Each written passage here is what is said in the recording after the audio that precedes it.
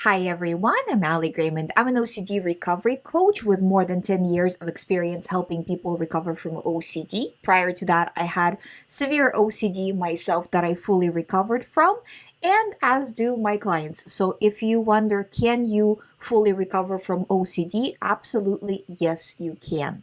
I just wanted to clarify what it means to have full recovery from OCD. I get this question asked a lot. And full recovery from OCD means that if you go to any doctor, they would not be able to diagnose you with OCD because A, you're not getting OCD thoughts. B, you're not reacting in an OCD way. You're not experiencing anxiety. You have no traces of OCD in your life. That is what it means to fully recover from OCD. That is what I've done. That's what my clients have done. That's what that means. But going beyond that, I just wanted to give you a full overview that let's look at it this way. A person is born, they're very, very sensitive, and that sensitivity is one of the prerequisites to later on developing OCD. When I talk to clients, pretty much all of them say that they've been sensitive since very young age.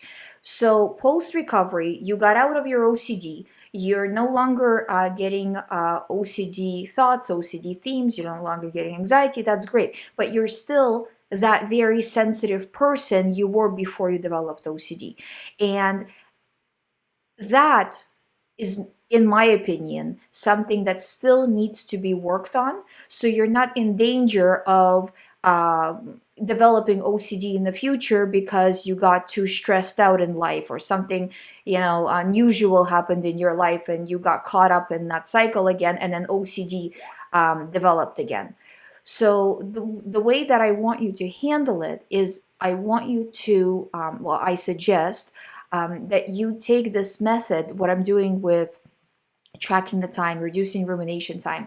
I suggest taking it further and applying it to every aspect of your life. I've had clients and myself, apply it to daily life. Got into an argument with somebody. Are you going to take it to a 10? Are you going to overthink it? Or are you going to choose from a position of power to now let it go? Something didn't go your way. Are you going to obsess, or are you gonna choose to let it go, right? So having that limit in daily life, it works slightly different. So if you have a situation, this is real life, real situation, obviously you do need to think about it. It's not like you're going to be, I'm disregarding, but so it's not a zero. We're not striving to not think about it at all, not give it any energy, but we're limiting the energy that we're giving it. So in an ideal, let's say, like, pick a situation. This situation, how much time ideally would you give it on everyday basis? Look at your life overall. We all have limited time, and how much of that precious time that you do have would you spend on this situation? And again, it doesn't need to be zero because this is a real life thing, but how much? Like 5 minutes a day, 10 minutes a day? Okay, have you already done that today? Have you already spent 5 minutes a day on this situation thinking about it or whatever?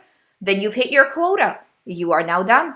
Now, from this moment, you're no longer thinking about it because you've already thought about it for the allowed time for the situation. And you start to function that way in multiple areas of life, and you start to be able to control your thoughts, to control your reaction, that you don't take it to this level where it spins you out. And I find that to be such silver lining to all this, because I can tell you in my personal life, if I would have never developed OCD, I probably would have just been that sensitive person. And even though obviously it's not nothing compared to OCD, now I was able to get out of both. And you can do the same exact thing. It's just literally limiting how much energy you're giving to this, to that. OCD, nothing. Real life, very limited. And then you can actually funnel the rest of your energy, what you have left, into things that you want to funnel it into, such as things that you enjoy. Or maybe you do have a big problem that you actually do need to spend a lot of time on and you do need to take care of. now you have energy to do that. But again, with even the most severe situations, still limiting it. And kind of a side note, I'm one of those type of people where I say what I know about, and I don't like to give advice on things that I don't know, because I've experienced that with doctors and therapists, and I don't, I don't like that. Um, so I'm not obviously an expert on PTSD, but some of my clients over the years have said that they've used this technique of choosing to disregard and limiting how much time they're thinking about past trauma to be really helpful. And it's not the same as you're sweeping it under the rug or you're avoiding it.